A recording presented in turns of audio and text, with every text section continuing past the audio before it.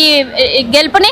చూడండి, ఎంఐఎంది ఎప్పటికప్పుడు ఆలోచనలో మార్పు వస్తుంది. వాళ్ళు అప్పుడు ఏం చేస్తారో దాన్ని బట్టి మేము ఆలోచన చేస్తామని చెప్పగలం. సో ఇప్పటికే ఏం చెప్తారు? ఇటు దీన్ని ఎంత ముందుకు తీసుకెళ్తున్నారు? దీన్ని ఏ రిఫరెండం గా తీసుకుంటారు మీరు? ఇది రిఫరెండం వాళ్ళను మేము అనలే, రిఫరెండం అన్నోళ్ళని అడుగు.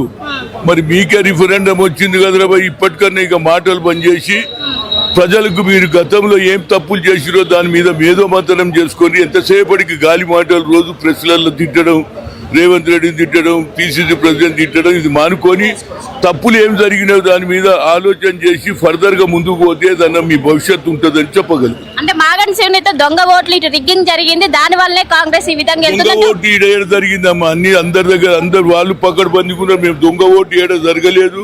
ప్రజలు స్వయంగా వచ్చి వాళ్ళు ఓటు వేశారు ఈవీఎంలో.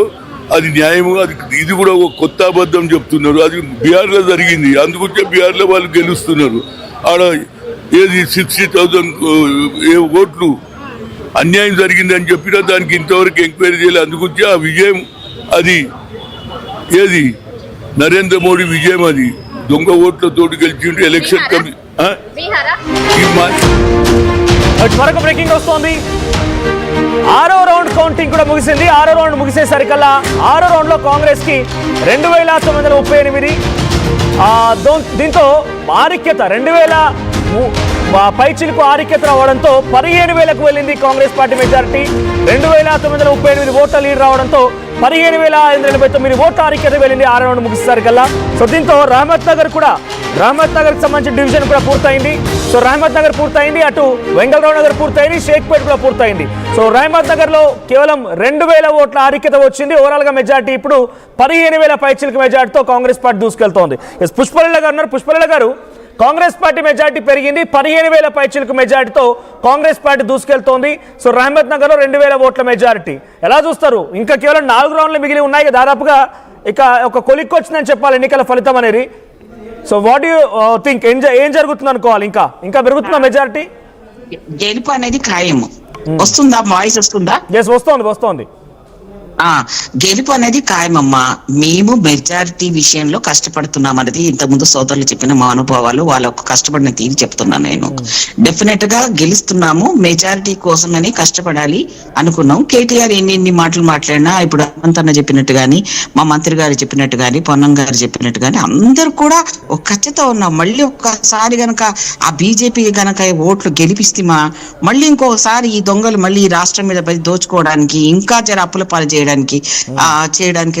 దోహదమవుతుందని చెప్పి రేవంత్ రెడ్డి గారి దగ్గర నుంచి ప్రతి వాళ్ళ మీద మా ప్రెస్టేజ్ గా తీసుకోవడం కాదు, మా ఓటు గెలుపు మా గెలుపు కాదు, ఇది మా అందరు గెలుపు అనే లెవెల్లో కష్టపడ్డారు. సో దీంట్లో వాళ్ళు మాట్లాడే మాటలకి వాళ్ళు ఏం చేశారు అన్నది అనడానికి అసలు ఎక్కడన్నా ఒక ఆత్మ పరిశోధన చేసుకోవాలండి. ఇంత మోసం చేసి తెలంగాణ వాళ్ళని బీఆర్ఎస్ వాళ్ళు ఈ రకంగా మాట్లాడడం అనేది ఎంతవరకు జనాలకు అది ముందుకెళ్తున్నారో ఏం ముఖం పెట్టుకోను.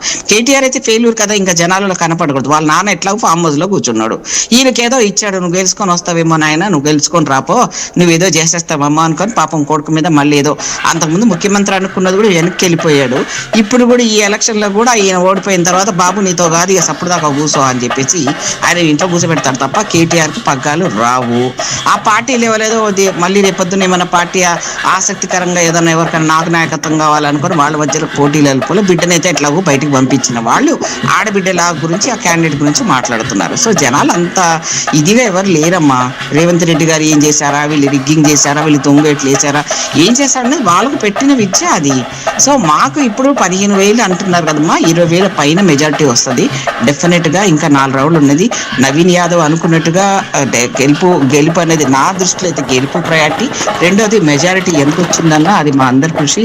ఇక్కడ ఏంటంటే మా పిసిసి ప్రెసిడెంట్ గారు, కార్యకర్తలు, ఇదందరు గెలుపు అమ్మా. ఇది ముఖ్యమంత్రి గారి గెలుపు, కాంగ్రెస్ పార్టీ గెలుపు. ఇది ప్రతి ఒక్కరు కష్టపడ్డారు. ఎవరికి తెలియకుండా ఎవరు ఫోన్లలో కాంటాక్ట్ అన్న రెండన్న ఓట్లేండి అన్న ఇవి అట్లా ప్రతిలాడుకోవడం, అందరికీ చెప్పడం. అసలు నిజంగా వాలంటరీగా వచ్చి ఎంతో మంది పనిచేశారమ్మా. ఎక్కడెక్కడి నుంచో కార్యకర్తలు.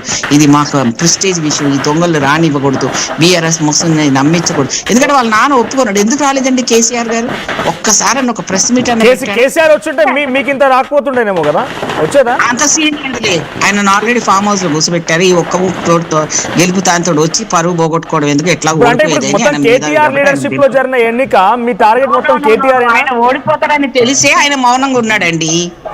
ఆయన ఓడిపోతాను మళ్ళీ పరువు పోగొట్టుకోవడం ఎందుకని ముందే ఆయన ఫామ్ హౌస్ నుంచి బయటకు రాలేదు. అది క్రిస్టల్ క్లియర్. రెండోది ఏంటంటే కేటీఆర్ ఓహో నేను చేస్తాను నాకు వదిలిపెట్టండి అనుకో పెద్ద వీరుల్లాగా వచ్చాడు.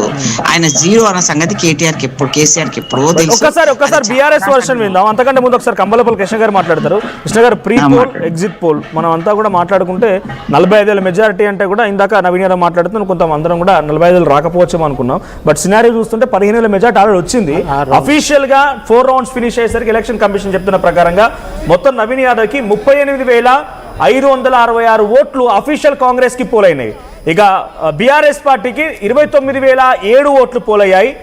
ఇక బీజేపీకి 4 రౌండ్లు అఫీషియల్ గా పూర్తయ్యేసరికి అటు ఎలక్షన్ కమిషన్ చెప్తున్న ప్రకారంగా 7,296 ఓట్లు. సో 9,559 అంటే సుమారుగా 9,560 ఓట్ల మెజార్టీతో నవీన్ యాదవ్ లీడ్ లో ఉన్నాడు. 4 రౌండ్లు అఫీషియల్ గా ఎలక్షన్ కమిషన్ చెప్తున్న ప్రకారంగా. సో ఇంకా ఇది పెరగొచ్చే మెజారిటీ ఖచ్చితంగా పెరుగుతుంది. ఇక్కడ 2 విషయాలు క్లియర్ గా ఏం చెప్పాలంటే కాంగ్రెస్ పార్టీని ప్రీ పోల్ సర్వేలు అలర్ట్ చేశాయి.